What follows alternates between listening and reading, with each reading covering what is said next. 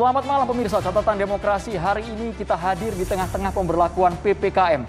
Pembatasan kegiatan masyarakat pada tanggal 3 sampai dengan 20 Juli mendatang. Ada memang sektor yang bisa bekerja full, ada juga sektor yang hanya terbatas aktivitasnya. Di tengah hal tersebut banyak sekali kendala yang dihadapi, Maria. Ya, kita tahu tadi pagi ada orang yang tetap menerobos penyekatan, kemudian keterbatasan oksigen, keterisian tempat tidur di rumah sakit yang saat ini memang sangat langka. Anda melihat gambar-gambar viral yang tersebar di media sosial ketika pasien di rumah sakit mereka terdampar hanya di halaman depan IGD saja. Sangat miris sekali kondisi ini sebenarnya. Tapi hal ini memang harus dilakukan, mengingat angka penambahan kasus COVID-19 terus meningkat. Bahkan hari kemarin saja hampir menyentuh angka 30.000. Pecah rekor itu ya berarti ya?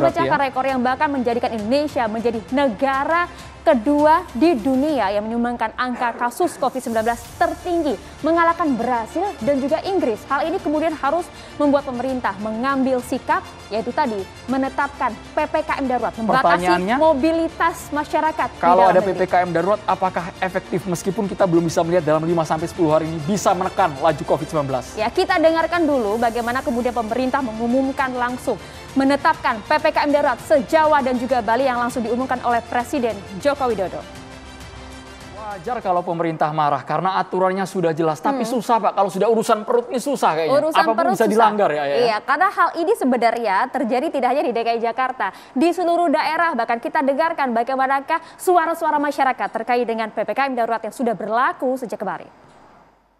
Jadi ya sebenarnya ikutin aja lah anjuran pemerintah, kita tuh mau ngikutin siapa lagi, dan itu kebaikan kita juga kan sebenarnya. Kalau kita terpapar juga susah juga. Kalau memang ada yang tidak bawa surat atau apa, itu segera dipinggirkan lah. Bukan kadang saya tahu gitu. Jadi ada yang nggak bawa surat terus akhirnya diberhentikan di tengah jalan tanpa harus dipinggirkan segera gitu. Itu akan bikin macet yang di belakang gitu loh.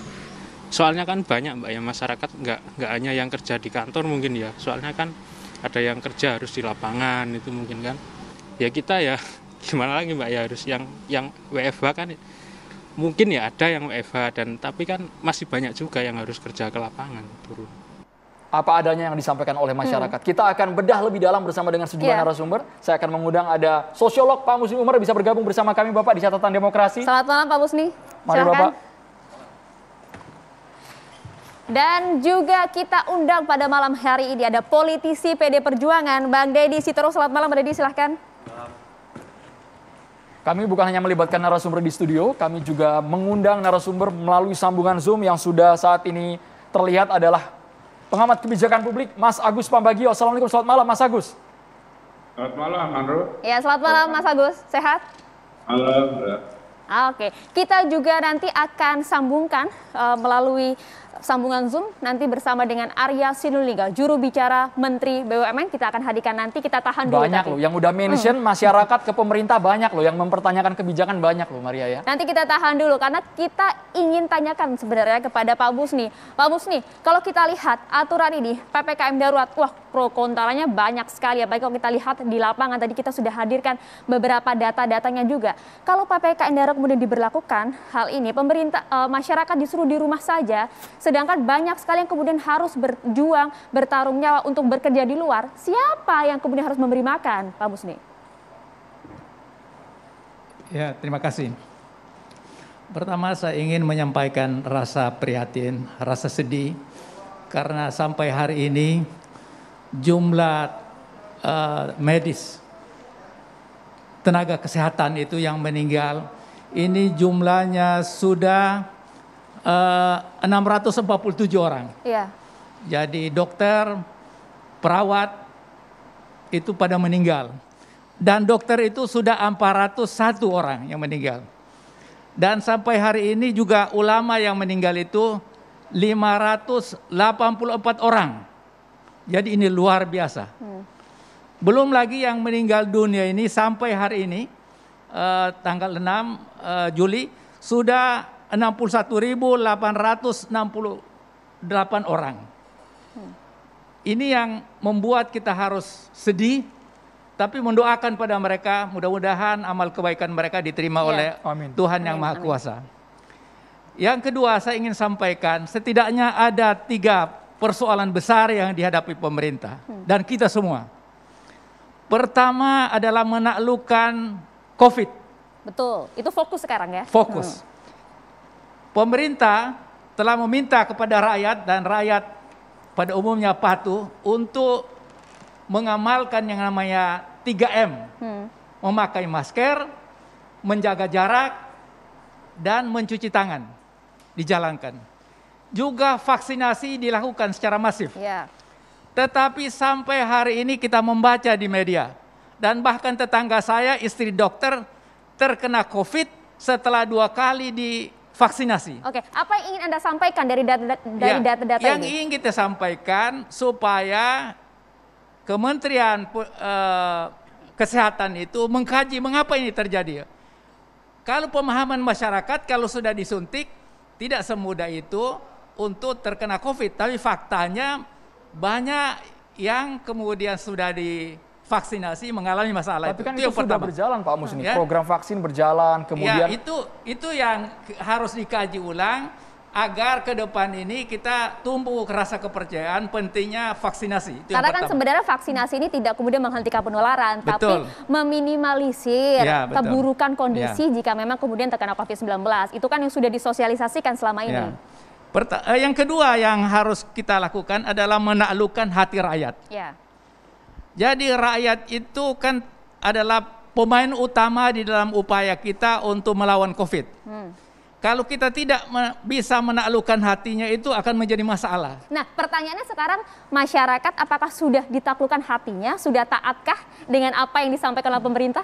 Kalau kita lihat dari fakta-fakta yang terjadi itu masih banyak yang kita lihat tidak mau pakai masker, kemudian ya tidak percaya gitu. Artinya apa? Memang di dalam masyarakat kita itu, dan ini harus kita perbaiki ke depan, kehilangan trust, kepercayaan. kepercayaan dengan siapa maksudnya Ya Pak tentu Musni? yang berkuasa. Ada rasa persoalan itu. Dan itu banyak kita dengar di mana-mana gitu. Kemudian yang kedua, masyarakat kita itu budayanya masih paternalistik. Dia melihat siapa yang mengatakan dan siapa yang memerintahkan. Ini juga kita harus perbaiki agar tumbuh kepercayaan. Karena apapun yang dilakukan pemerintah, kalau rakyat tidak percaya itu akan kehilangan trust. Dan yang membuat masyarakat itu kehilangan kepercayaan ini, misalnya masyarakat sudah disekat, tidak boleh ini, tidak boleh itu, pokoknya di rumah saja. Tetapi pada saat yang sama, mengapa tenaga kerja asing itu masih membanjiri Indonesia? Langsung dijawab dulu Pak Musni poinnya sampai situ. Bang Deddy Sitorus langsung ditanggap mengapa ada trust dari masyarakat yang makin berkurang kepada pemerintah. Buktinya penyekatan diterobos, Pak Deddy. Kalau dibilang trust masyarakat kurang kepada pemerintah, kalau lihat hasil survei ya, bukan agak-agak. Karena kan pastinya orang-orang yang dengan siapa Pak Umar ini bergaul kan memang kelompok oposan. Ya. Jadi itu supaya kita bicaranya real. Yang kedua, saya kira kita harus bilang begini, bahwa ini adalah satu situasi yang memang extraordinary dan hampir semua negara mengalaminya. Ya, ketika terjadi gelombang kedua, ya, itu memang sangat sulit, ya, karena pertambahan jumlah penderita itu eksponensial nambah. Sementara nambah jumlah tempat tidur, nambah jumlah ventilator, tenaga medis kan nggak bisa eksponensial. Pasti akan terjadi satu situasi di mana demand itu lebih besar daripada supply. Nah ini problem, cuma memang saya menyayangkan karena seharusnya kita melihat dari pengalaman dulu Cina gelombang kedua, lalu ada yang namanya India. Sebenarnya kita harus cepat-cepat berbenah pada waktu itu. Ya. Tapi memang lagi-lagi kita mau mengatakan bahwa ini adalah satu situasi yang luar biasa. Dan saya ingin bilang bahwa kelompok-kelompok yang terus menerus denial, menyangkal yang namanya pandemi ini dari semua latar belakang, tidak ada kaitannya dengan trust. Pemerintah banyak. punya data kelompok ini masih ada. Misalnya kita lihat di media sosial bagaimana ketika mau dilakukan vaksinasi di salah satu pulau di dekat Jawa, itu malah dikejar-kejar. Ya, kita lihat hari-hari ini banyak masih tokoh-tokoh katakanlah ulama yang juga masih menganggap ini aneh. Malah ada yang bilang ini sengaja nih karena nanti mau Idul Adha. Ini kan menurut saya orang-orang yang memang harusnya berpikir lebih baik buat Tapi jangan keselamatan umat. justifikasi ulama dong Bang. Kalau label ulama kan kesannya gimana gitu Bang. Loh enggak, ini kan Takutnya faktanya jadi memang kan asumsi memang liar ulama. yang berkembang. Memang ulama. Karena kan sebenarnya kelompoknya tidak hanya itu saja, ada Ya, beberapa kelompok lain. ulama ada, orang terpelajar juga ada. Ya, dia itu dokter, bahkan ada. Ya, yang profesor juga ada banyak. Ini semua bertebaran. Jadi bukan ketidakpercayaan trust terhadap pemerintah, memang ada kelompok-kelompok yang memang selalu seperti ini. Tapi kan kemudian kewajiban pemerintah juga untuk Oh memastikan iya, tentu rakyatnya, kewajiban. memberikan rasa kepercayaan Ya, yang lebih. tapi Anda tahu sendiri dong, ngurus 278 juta orang ya, tidak sesempurna yang kita harapkan. Saya tidak katakan upaya yang dilakukan oleh pemerintah itu sudah yang terbaik yang kita harapkan. Tapi belajar dari bagaimana juga sekarang misalnya Jerman tuh lockdown kembali, Perancis juga mau lockdown kembali. Ini kan memang situasinya luar biasa. Tapi beda ya, kalau Indonesia tidak ya. Kenapa? Kalau Indonesia kan tidak melakukan hal itu. Iya, saya percaya orang-orang yang duduk di pemerintahan tahu apa yang harus dilakukan. Karena kalau kita mendebat semua kebijakan publik tidak ada yang sempurna. Sekarang persoalannya kita menyenangkan semua orang apa tidak?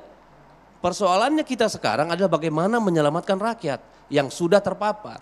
Bagaimana mencegah mereka ya yang sudah terpapar memang mendapatkan perawatan. Inilah mari kita bicara, karena kalau saya tangkap tadi dari yang pertama, ini kan semua politisasi. Kita berhentilah urusan politik Bagian untuk mana urusan Pak? ini. Ini yang politisasi bagian mana? Ya, saya kira misalnya contoh Poin soal membandingkan tenaga kerja asing dengan kita terpapar. Menurut saya itu mah jauh panggang dari api. Karena orang yang datang ke Indonesia sudah sesuai dengan aturan yang kita lakukan, yang kita buat. Ya, bahkan orang-orang kita juga datang dari luar. Tapi perizinannya ada yang belum jelas kan, kabarnya di Itu awal silakan kerja di nanti. smelter, tapi nyatanya maksud saya jangan, itu kan jadi politik. Oke. Urusan lu kan urusan pandemi. Ya, jangan dibawa kemana-mana gitu. Jadi kita biar jangan kehilangan empati. Ini kita menghadapi masalah nyawa manusia. Oke, jadi pertanyaannya sekarang masyarakat kan ada perwakilan Ya. perwakilan rakyat. Jadi rakyat sudah percaya dengan negeri ini. Apakah rakyat percaya dengan negeri ini, pemerintah Ya sekarang? atau tidak? Lebih banyak yang percaya daripada yang tidak. Oke, jawabannya iya berarti Oh, iya ya. dong. Oke, kita jeda Baik. dulu pemirsa. Kita lanjutkan nanti dialog ini usai jeda saat lagi. kita langsung ke pengamat kebijakan publik Pak Agus Pambagio. Anda melihatnya bagaimana efektivitas dari PPKM darurat ini? Meskipun tadi dilihat di gambar masyarakat banyak sekali yang mencoba untuk dalam tanda kutip melawan petugas yang tidak rela mereka mendapatkan pembatasan secara mobilitas, Pak Agus. Ya, situasi ini kan sudah saya sampaikan setahun yang lalu. Lebih malah sekitar bulan Maret. Apa-apa yang kemungkinan terjadi kalau pemerintah tidak melakukan hal-hal yang jelas gitu ya. Memang semua meraba-raba, tapi kita meraba-rabanya terlalu lama. Oke, jadi sekarang masyarakat tidak jelas. Kenapa? Jadi sekarang pemerintah tidak jelas maksudnya.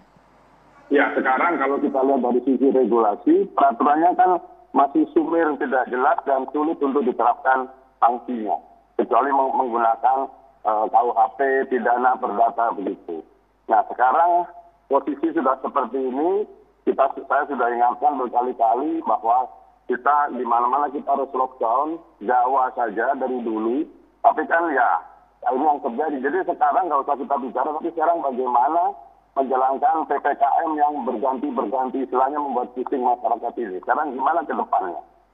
Kalau tadi gambar Anda sampaikan tadi, ya tentu saja akan seperti itu. Karena hulunya, yaitu tempat kerja mereka belum ditutup. Sehingga kalau dia tidak masuk, dia pasti akan kena SP1, SP2 dan dipecat. Artinya apa? Sekarang pemerintah daerah, pemerintah pusat harus dengan keras menutup semua industri yang bukan esensial. Ini sudah kedua kali terjadi. Pertama waktu PSBB dulu, sama. Masa ada pabrik baut boleh beroperasi, itu kan nggak betul. Ya kan? Nah sekarang bagaimana caranya yang di jalanan, yang tidak punya pekerjaan sendiri, DKP 5 dan sebagainya. Itu bansos harus turun. Persoalannya bansos itu datanya masih amburadul. Saya nggak usah saya melakukan sendiri di RW saya sini, setengah mati itu. Nah jadi sekarang bagaimana ke depannya, bagaimana kapan bansos turun, katanya masih minggu depan. Kedua, bagaimana menutup hulunya, kemudian juga menutup transportasinya supaya orang tidak berkeliaran. Karena penyekatan yang terjadi sekarang menimbulkan kerumunan yang sangat mengkhawatirkan.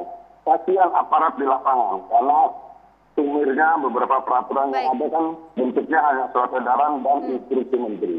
Iya, Bang Arya, bagaimana menjawab 3 pertanyaan tadi? Yang pertama, memastikan seluruh perusahaan non-esensial tutup. Yang kedua, kemudian juga memastikan bansos ini tepat sasaran, datanya tepat dan cepat cair. Yang ketiga juga membatasi mobilitas masyarakat di masa PPKM darurat. Silahkan, Bang Arya. Ya, terima kasih ya. Yang pertama, memang ini yang lagi dilakukan. Makanya kita minta semua kepala daerah untuk tegas, ya. Untuk tegas. Jadi kan tidak mungkin semuanya tangan pemerintah pusat yang turun sampai betul bawah, kan enggak juga. Karena semua perangkat-perangkat itu ada di pemerintah daerah juga.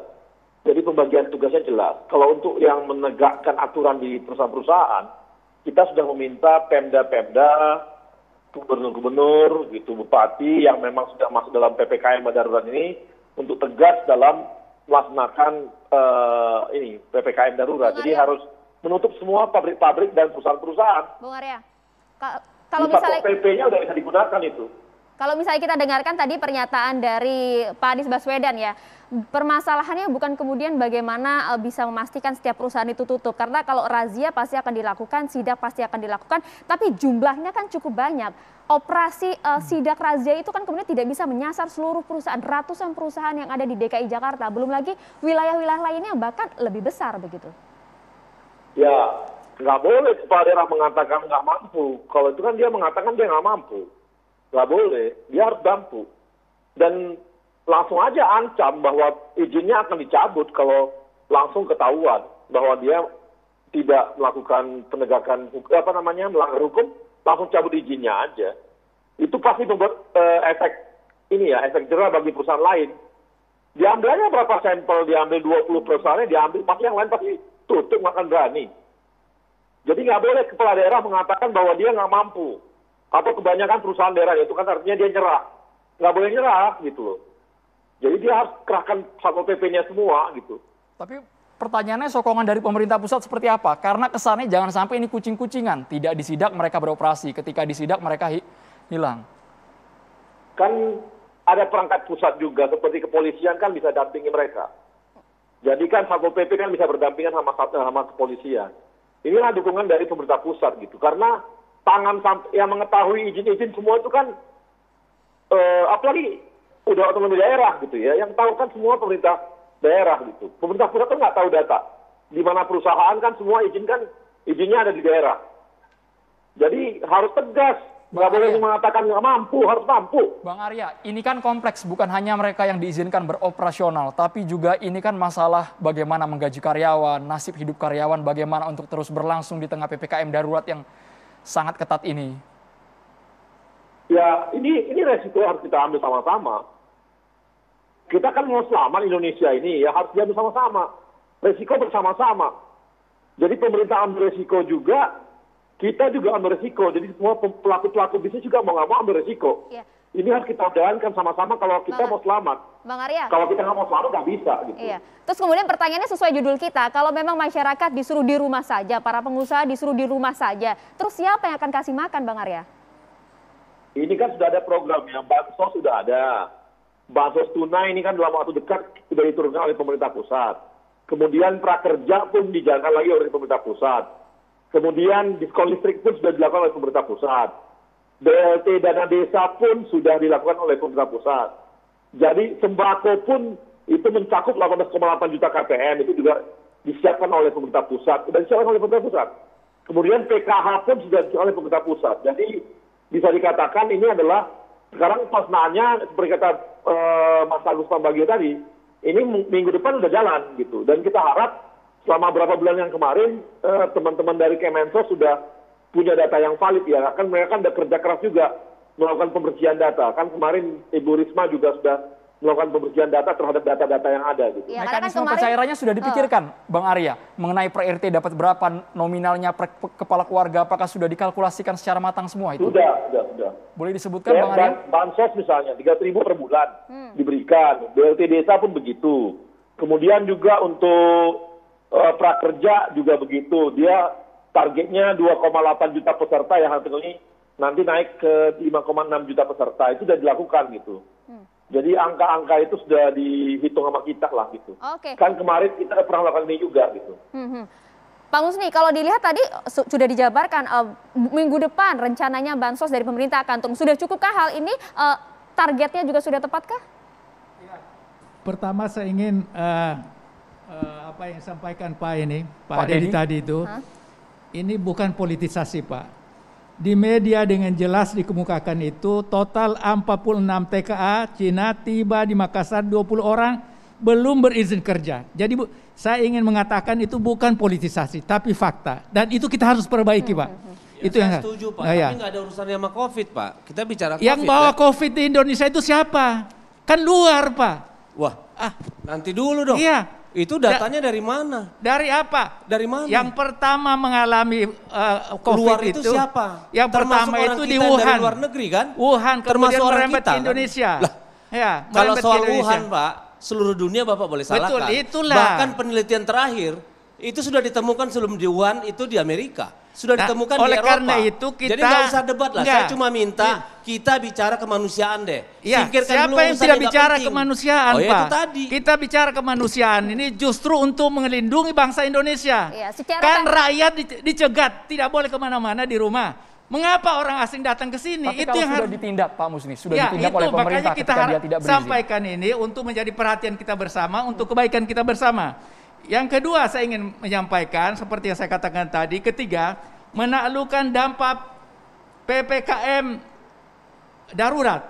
Dan itulah yang disampaikan oleh pembicara Pak Bagio, kemudian Pak Arya. Inilah tantangan yang kita hadapi. Kita suruh rakyat tinggal di rumah, oke. Dan oleh karena itu malam ini kita minta supaya bansos itu segera diturunkan. Karena rakyat bawah itu kalau satu hari tidak kerja, dia nggak bisa makan, Pak.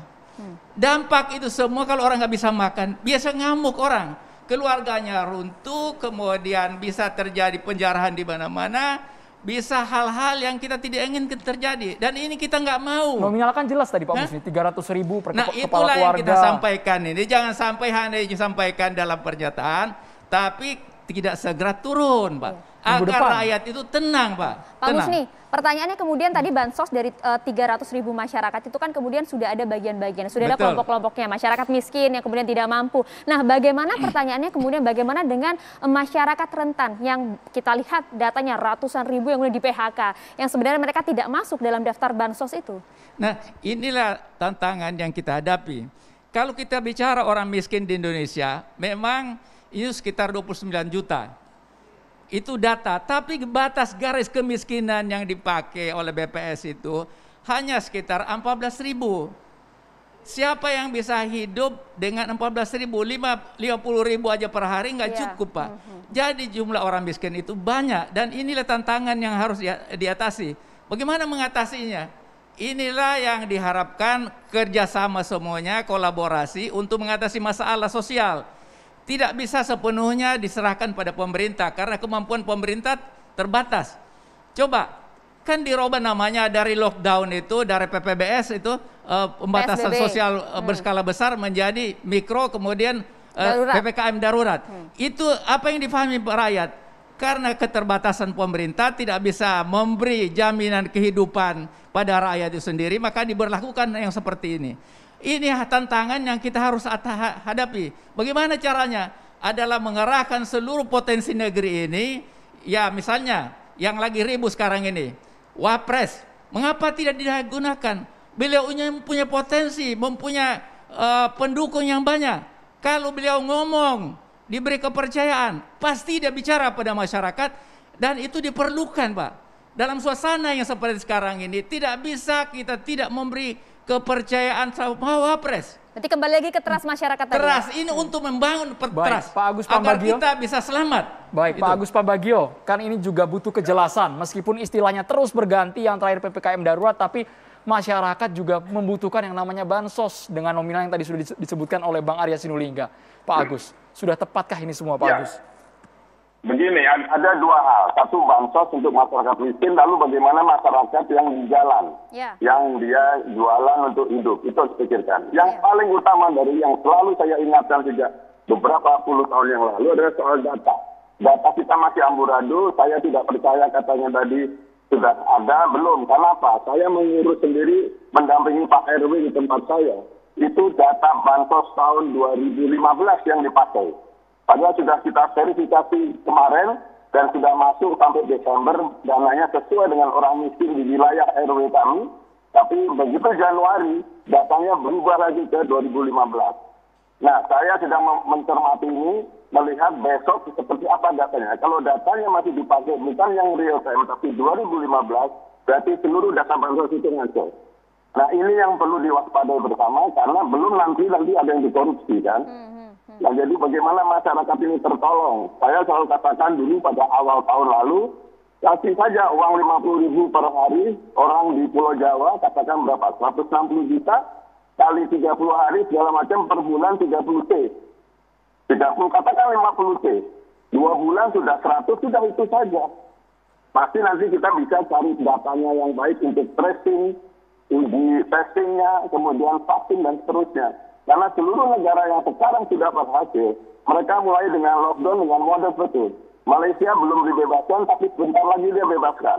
Kalau kita karena pakai 2 kaki, jadi akan lebih parah. Nah, sekarang bagaimana menyelamatkan itu? Nah, inilah yang harus kita pikirkan. Masyarakat yang tidak bisa makan dengan menutup usaha di hulu. Tanpa itu akan tetap berkeliaran di jalan. Pak Agus, tapi kan di tengah keterpurukan kondisi perekonomian mau sampai kapan itu dana dikucurkan, Pak? Anggaran juga pasti ada batasnya. Ya silakan ahli ekonomi berpikir, karena saya bukan ekonom, tapi itu pasti bisa. Karena kalau masa itu negara lain bisa, kita tidak bisa. Harus bisa. Dan kita harus menyelamatkan bangsa ini. Silakan para begawan ekonomi berpikir, duduk, dan bagaimana caranya mengimbang data ini. Kita semua sudah all out. Defisit kita sudah kita lepas dari 3% dan seterusnya. Ya. Bung Arya, kita kemudian juga perlu mendengarkan suara-suara masyarakat. Setelah kemudian PPKM darurat ini berlangsung, kami juga kemudian menerima berbagai pertanyaan dari Twitter. Salah satunya saya bacakan, Bung. Dari @rubie, kami khawatir bukan karena COVID sebenarnya, tapi khawatir apakah kami dan anak-anak kami besok masih bisa makan atau tidak. Susahnya mencari pekerjaan dan berusaha di negeri ini. Masalahnya adalah ketegasan dan keseriusan dari pemerintah itu yang kemudian harus dijaga. Kuncinya disiplin. Kita ingin dengarkan nanti jawaban dari pemerintah, dalam hal ini adalah Bung Arya di sini. Tapi usai jeda ya Bung Arya, kita hadirkan jawabannya sesaat lagi di Catatan Demokrasi.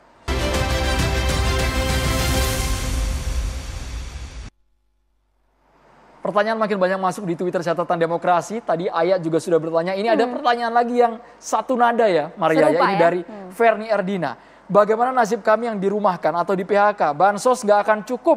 Lapangan pekerjaan menipis. Udah stres Pak karena COVID. Kemudian menyambungin pertanyaannya sama seperti dari Ruby. Saya prediksi dan mengira apakah COVID tidak akan berakhir meskipun 10 tahun akan datang. Wah, ini peramal bukan Narasi-narasinya sama. Karena ini bisnis kah? Jokowi, kondisi ekonomi kami sangat sekarat. Kami sudah tidak peduli lagi tentang COVID. Yang penting kami besok bisa makan, Pak. Bang Arya bisa langsung ditanggapi ini, Bang. Pertanyaan dari masyarakat, dari netizen, Bang Arya. Sepertinya putus asa ini sudah mulai muncul. Ini. Kita kan tahu banyak orang teriak-teriak gitu ya. Dikit-dikit lockdown. Sekarang setelah begini baru kan ini kita tahu kondisinya seperti ini. Makanya pemerintah sejak awal itu sangat berhati-hati ya namanya mengambil keputusan PPKM mikro, PPKM seperti ini, itu hati-hati banget karena tahu apa dampak-dampak dan akibatnya. Oke. Sementara orang teriak-teriak putus, ini kan hentikan, nah begitu. Jadi Bung Arya, yang kadang-kadang mereka nggak pernah berpikir jauh gitu. Jadi pikirnya cuma pendek-pendek aja. Bung Arya. Ini adalah bagaimana pemerintah mengkombinasikan antara keselamatan ekonomi dan keselamatan kesehatan. Nah, perlu saya jelaskan lagi ya, ini yang dibikin oleh pemerintah tidak hanya bansos ada. Kemudian bansos untuk desa juga ada. PKH pun ini akan dipercepat. Ini PKH ini kita tahu untuk hamil dan anak usia dini 3 juta, untuk SD 11.000, SMP 1,5 juta, masyarakat rentan, SMA 2 juta gitu ya.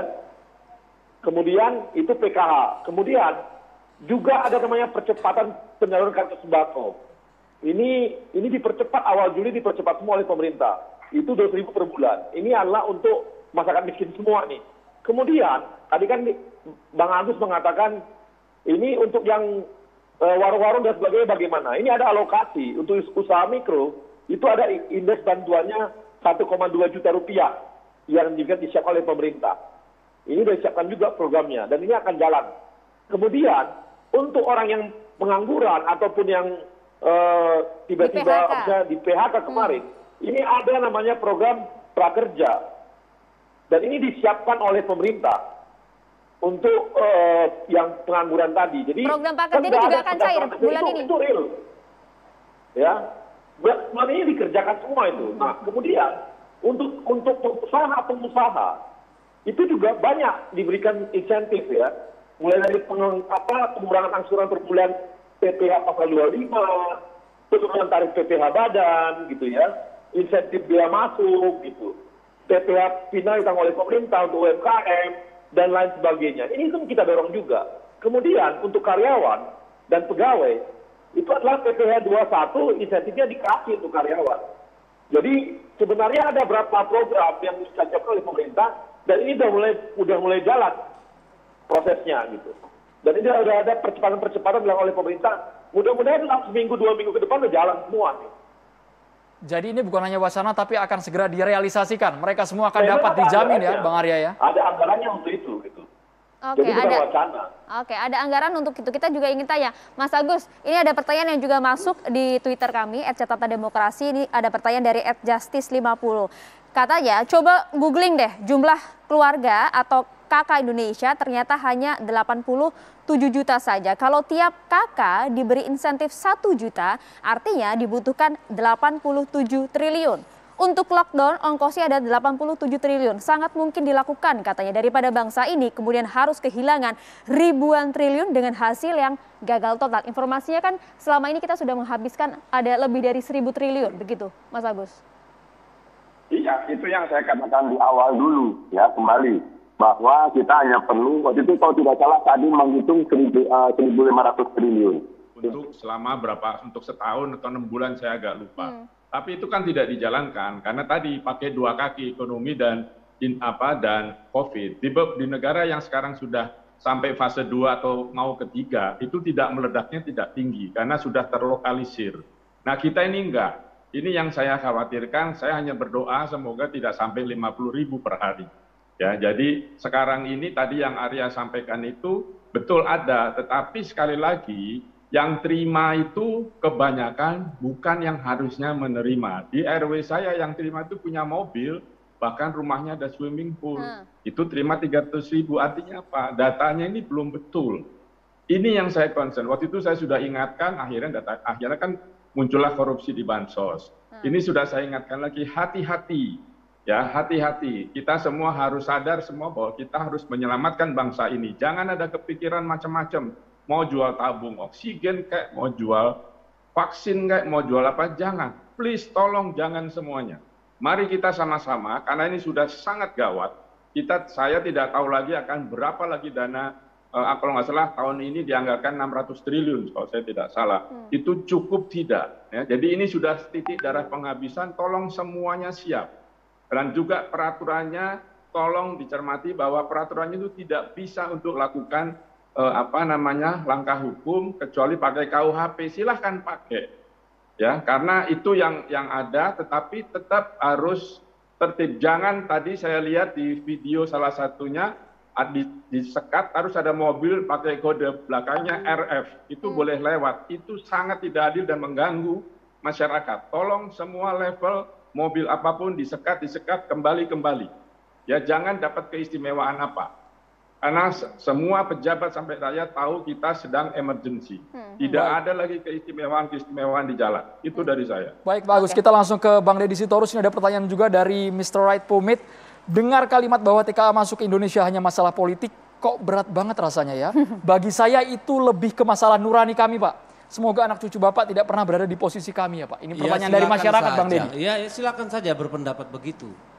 Tapi tadi saya mau misahkan urusan pandemi dengan urusan pelanggaran hukum. Soal TKA yang masuk nggak ada izin, silakan diproses saja. Gitu loh, itu nggak ada masalah. Tapi saya tidak mau bilang, ya tidak mau katakan bahwa negara ini nggak bekerja. Masalahnya Bang, sebenarnya kan kasus ini kan sudah ada sejak beberapa bulan lalu, tapi kok ya masih terjadi sudah bertahun-tahun lalu. Lah, negara kita mungkin sebagian besar nggak beres ngurusin beginian. Kalau beres dari kemarin mungkin nggak banyak orang masuk. meledak orang Indonesia sendiri loh dari luar. Yang bawa sampai ke kampung-kampung itu kan bukan orang TKA Cina. Bang Deddy, masyarakat heran. Mobilitas masyarakat di dalam negeri kan dibatasi Bang ya. Sangat sulit sekali untuk menyeberang, untuk terbang. Tapi ini orang dari luar negeri Bang. Yang kita tidak tahu antah berantah tiba-tiba datang ke tanah air. Loh sekarang gini, mereka datang ke sini ngapain? Emang mau liburan? Kan mau bekerja. Ada perusahaannya segala macam dan mereka sudah mengikuti aturan. Di tengah ribuan masyarakat kita yang kemudian jangan di PHK. campur baur begitu dong. Kalau begitu caranya orang kita keluar negeri juga banyak.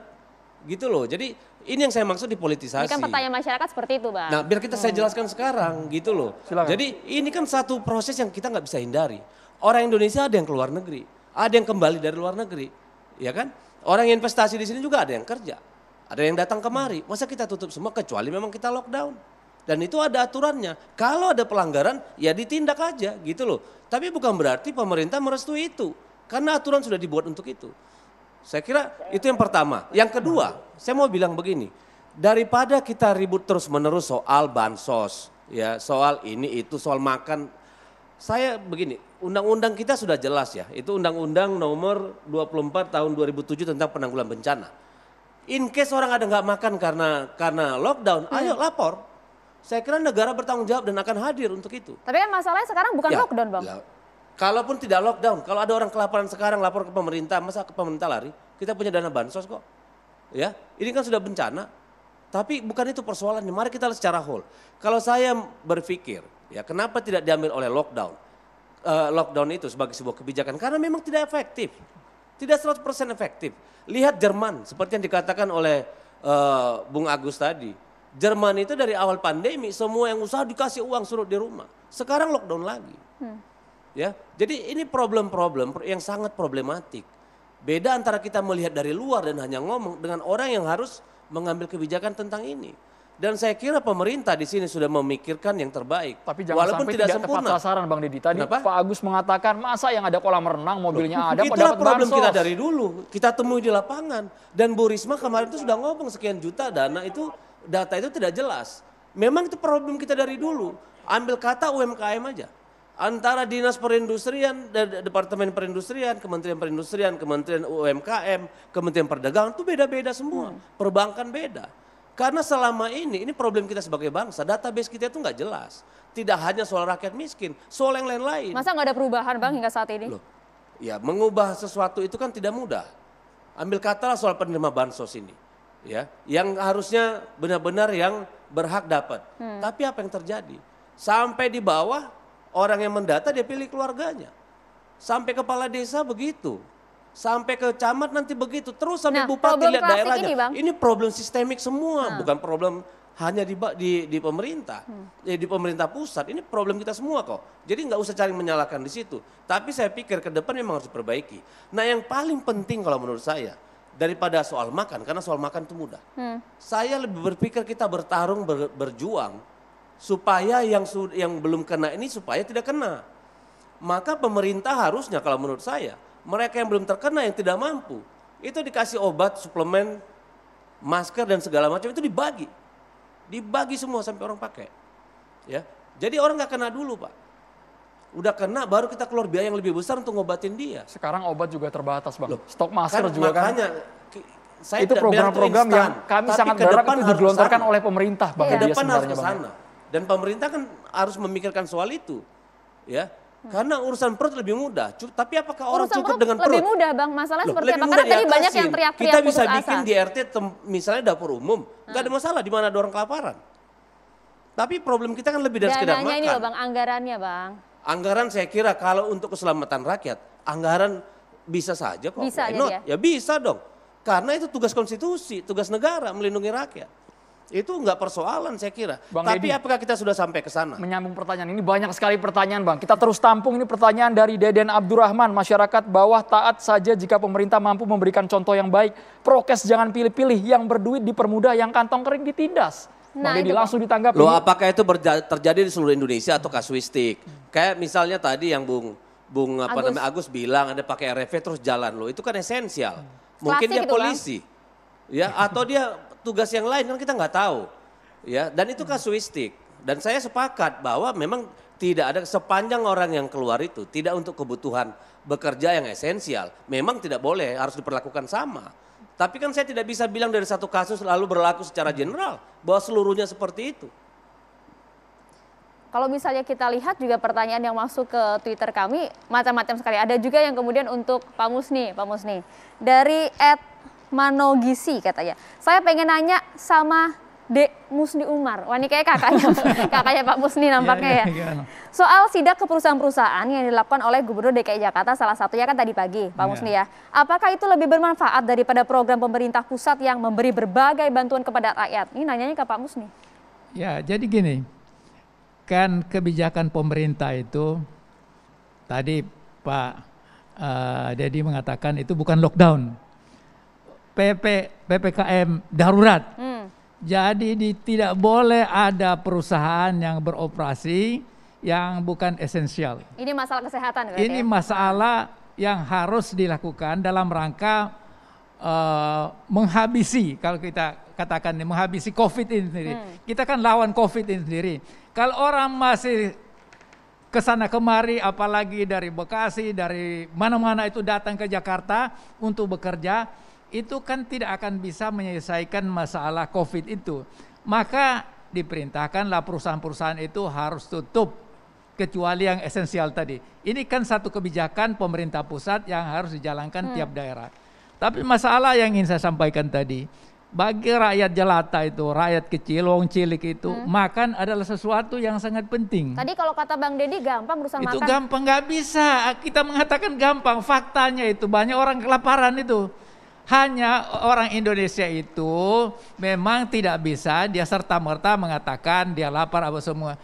Banyak yang sudah meninggal karena lapar itu tidak makan. Saya nah, kira ini kalau yang kita saya biarkan maksud tadi lebih mudah. Ya. Kalau seorang lapar, kalau memang ada bencana kelaparan akibat penutupan ini, lebih mudah diatasi daripada misalnya merawat orang sakit. Masa menunggu masyarakat kelaparan dulu Bang, baru kemudian bantuan yang menyuruh masyarakat kelaparan siapa? Tadi sudah jelas disampaikan.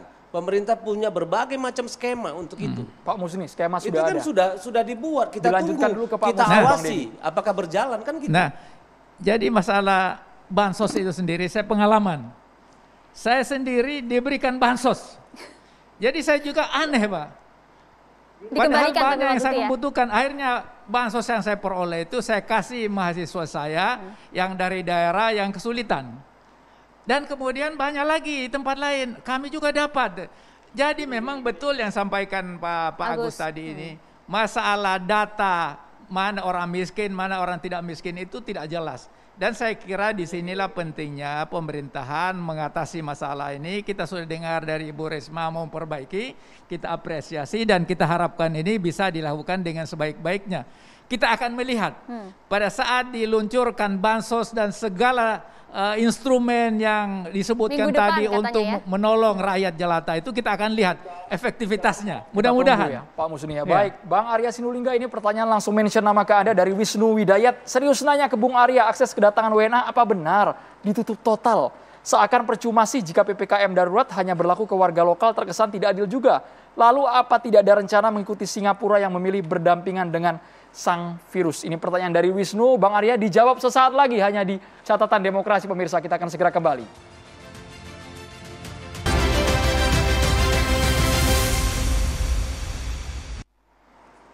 Pertanyaan langsung ditujukan kepada narasumber. Bang Arya, ini dari Wisnu Widayat. Serius nanya ke Bung Arya, akses kedatangan WNA apa benar ditutup total? Seakan percuma sih jika PPKM hanya berlaku ke warga lokal, terkesan tidak adil juga. Lalu apa tidak ada rencana mengikuti Singapura yang memilih berdampingan dengan sang virus? Bang Arya, silakan dijawab. Pertanyaan dari Wisnu Widayat. Gini, saya mau jelaskan karena dari tadi mau ikutan bantah, nggak bisa masuk-masuk. Yang pertama gini, mau saya jelaskan. Bahwa soal ada data yang masih menyimpang benar.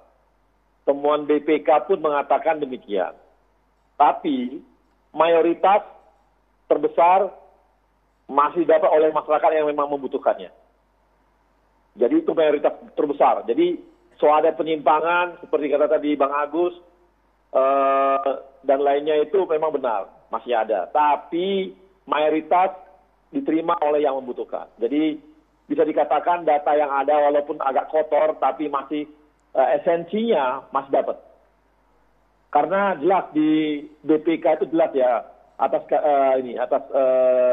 auditnya BPK jelas bahwa itu masih bisa dipertanggungjawabkan sebagian besar. Nah, kemudian saya juga perlu menjawab mengenai TKA dan sebagainya. Kita ini harus objektif gitu. Ya, ini sangat-sangat harus objektif. Kita ini tidak melarang negara lain masuk Indonesia loh. Karena kita pun negara lain pun tidak melarang orang Indonesia masuk ke negaranya. Gitu loh. Mereka masih membuka juga. Kalau kita tutup sendiri, itu bisa jadi nanti kita hubungan negara kita bisa bahaya. Barang kita bisa nggak masuk ke sana juga gitu. Ada dampak-dampaknya. Jadi harus dilihat. Tapi yang pasti harus sesuai dengan peraturan. Ya, WNA misalnya masuk Indonesia, silakan, tapi mereka harus divaksin 2 kali. Kemudian waktu masuk ke sini harus ada tes PCR dan negatif. Kemudian di karantina 8 hari. Baru boleh masuk. Karena dia bekerja juga di Indonesia. Gitu ya. Dan misalnya yang kemarin ke Sulawesi, itu kan Sulawesi kan nggak masuk dalam PPKM darurat. Iya. Kan nggak masuk, dia hanya lewat Jakarta, kemudian masuk ke sana gitu. Kecuali tadi misalnya daerah lain, misalnya yang mana lah gitu. Tapi yang pasti, peraturan kita jelas seperti itu gitu. Karena masih banyak orang kita kan masih ada hubungan sama luar negeri. Emang kita mau nutup diri semua kan enggak gitu. Baru tadi dikatakan bahwa ini asing boleh masuk gitu ya. Kami harus terdiam di dalam. Mereka di karantina 8 hari loh. Tapi kan tetap boleh masuk, Bang. Iya. Karena kan hubungan kita sama luar negeri kan tetap jalan. Apa mau diberhentikan? Mau mati negara kita ini kan enggak. Ini kadang-kadang ini kan pikiran kita konyol gitu loh. Seakan-akan negara kita ini mau menutup diri dari semua hal. Ya nggak bisa lah. Misalnya gini ya, logistik kita jual nih barang kita ke luar negeri. Yang bawa ke Indonesia nih, kapal-kapalnya. Sampai sana dilihat, oh iya Indonesia, usir. Gimana? Ekspor kita tuh bisa terganggu. Jadi banyak hal yang kadang-kadang kita harus objektif. Yang penting adalah semua regulasinya harus jelas. Vaksin 2 kali. PCR, kemudian karantina. Oke, aturan sudah jelas ya, aturan sudah jelas. Ini banyak juga kemudian pertanyaan masyarakat yang masuk untuk mengangkat topik-topik lain yang akan ditanyakan ke Bung Arya, Bung. Ini salah satunya dari @siahaango. Tolong angkat juga topik, sudah berapa triliun uang kita kirim ke luar negeri untuk belanja vaksin dan bagaimana efektivitas vaksin hingga saat ini? Mohon penjelasan, Bung Arya. Gini, di luar negeri sudah terbukti, negara-negara yang sudah divaksin, itu yang meninggal 95,5% itu adalah yang nggak mau divaksin. Itu clear. Itu clear. Di negara mana, Bung Arya? Ya. Apa? Di negara mana data itu? Di hampir semua negara. Yang kena vaksin, sudah divaksin, rata-rata yang nggak divaksin itu kematiannya 95,5%. Oke. Total berapa triliun, Bang, untuk dana vaksin ini, Bang? Loh, triliun itu urusan Kemenkes, bukan urusan kita. Tapi yang pasti, itu banyak orang yang divaksin, itu selamat. Kita ini mau menyelamatkan. Jadi ini adalah ikhtiar ingin menyelamatkan. Dan semua negara udah melakukannya. Oke, sudah terjawab berarti ya, efektif begitu ya kalau kita melihat membaca di beberapa negara. Orang tadi mengatakan, kita kayak Singapura berapa persen udah divaksin? Mereka wajar melakukan hal yang sama, gitu loh. Wajar. Nah, sekarang justru adalah kalau Anda mau selamat, Anda harus mau divaksin. Oke, kita lanjutkan. Jangan mau divaksin. Kita lanjutkan ke pertanyaan lain juga untuk Bung Arya juga dari @rohman4606. Ini keluh kesah Bang Rohman nampaknya, Bang. Saya cuman pekerja freelance, sedangkan tempat kerja sedang ditutup karena adanya penetapan PPKM. Siapa kemudian yang mau menafkahi anak istri saya sekarang, Bang? Tolong kasih kami solusi. Terima kasih, katanya. Ikut aja prakerja. Masih dibuka? Ada terbuka kok. Prosedurnya, Bang, mekanismenya masyarakat agar juga mengerti itu secara online. jelas. Online kok. Oke. bisa diisi begitu saja? Bisa diisi langsung gitu, mendaftar nanti diproses. Kalau memang dilihat bahwa dia memang layak untuk jadi untuk prakerja itu, dia akan dijadikan prakerja. Siapa-siapa saja yang bisa, Bang? Pertama orang yang udah tamat kuliah. Maksudnya gini, dia udah mau cari kerja ya. Kemudian yang kedua, dia pengangguran. Bisa.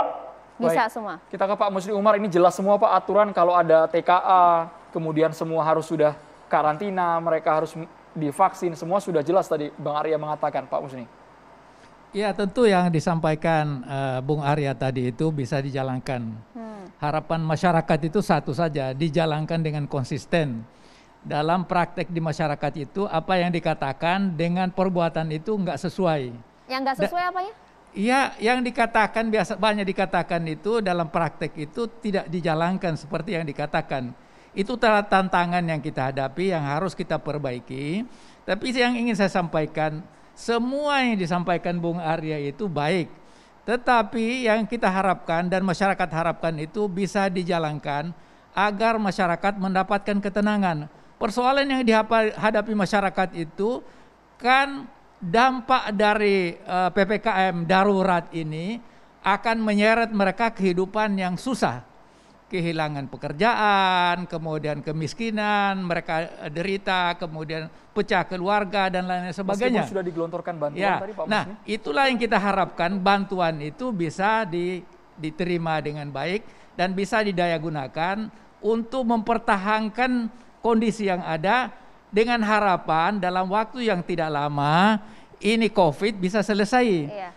Kuncinya itu tadi saya sudah katakan ada 3 persoalan. Trust kita harus bangun kembali, kemudian masyarakat itu harus taat. Inilah masalah yang dihadapi. Ya. Kalau kita tidak disiplin, karena itu harus disiplin memakai masker, disiplin olahraga, disiplin hidup. Kalau makan teratur, kemudian juga minum obat dan lain sebagainya, itu kita diajarkan disiplin semuanya agar kita bisa selamat. Pengamatan Anda sebagai sosiolog, kenapa masih ada masyarakat yang tidak taat, Pak Musni? Begini Pak, tingkat kehidupan masyarakat itu, pendidikan masyarakat kita berbeda-beda. Lebih banyak masyarakat yang kurang berpendidikan, literasinya itu rendah. Nah itulah yang kita harus didik. Nah disinilah yang saya harapkan itu melibatkan semua elemen. Ya. Harus kita kolaborasi, harus ada partisipasi.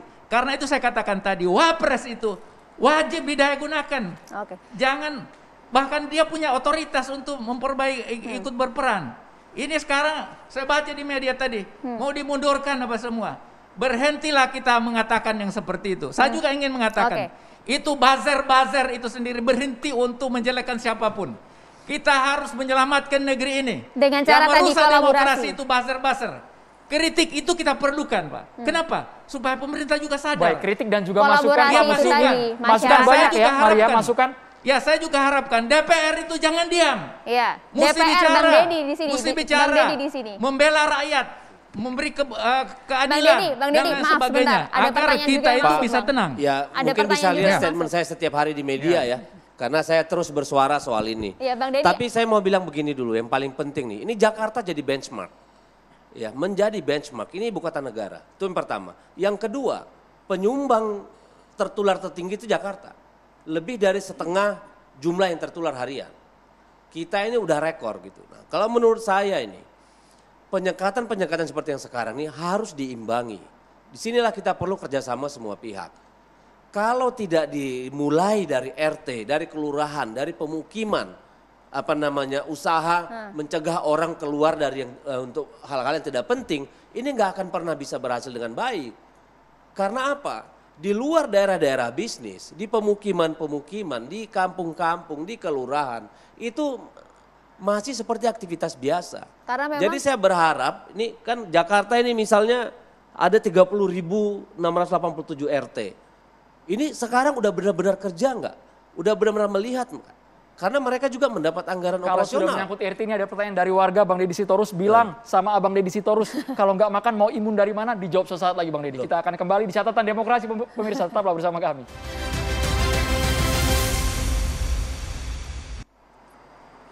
Ya, kita lanjutkan. Bang Deddy menyambung pertanyaan Twitter tadi, kemudian pertanyaannya adalah kalau memang urusan makan adalah gampang, kenapa kemudian pemerintah tidak melakukan lockdown? Karena kan di dalam Undang-Undang Kekarantinaan Wilayah pasal 55 bunyinya selama dalam karantina wilayah, kebutuhan hidup dasar orang dan makanan hewan ternak yang berada di wilayah karantina menjadi tanggung jawab pemerintah pusat. Simple. Ya, tadi jangan salah tanggap. Yang saya maksud dengan memberi makan itu jauh lebih mudah daripada mengobati orang kalau sudah tertular COVID. Itu kaitannya tadi dengan saya mengatakan bahwa pemerintah juga harus memberikan perhatian pada bagaimana meningkatkan imunitas masyarakat. Ya, karena itu persoalan yang lebih kompleks. Jadi tidak cukup hanya bansos makan uang begitu. Tapi juga harus ada kontribusi untuk masyarakat bisa menghadapi COVID. Itu yang saya maksud. Dan memang kalau kenapa sampai sekarang belum dilakukan seperti itu? Karena memang syarat materialnya belum terpenuhi. Tapi kemarin hari ini kan Pak Luhut Panjaitan sudah bilang, kalau sampai 40.000 per hari bisa jadi kita lockdown. Ya, ini kan kita baru 31.000, masih ada 9.000. Mari kita berharap nggak seperti itu. Makanya tadi usulan saya, mari ini kalau hanya berharap pemerintah pusat, provinsi, kabupaten, kota nggak bisa, harus sampai ke komunitas terendah, ya RT. Mari, kalau ada warganya yang kumpul suruh masuk rumah. Kalau ada orang mondar-mandir nggak jelas di warung, kedai kopi, bubarin. Kita tunggu implementasinya. Terima kasih banyak poinnya, kita tunggu realisasinya di tengah masyarakat. Bang Deddy Sitorus, selanjutnya kita akan dengarkan ada tausiah dari Kiai Haji Sumarno Shafi'i. Silakan Pak Kiai.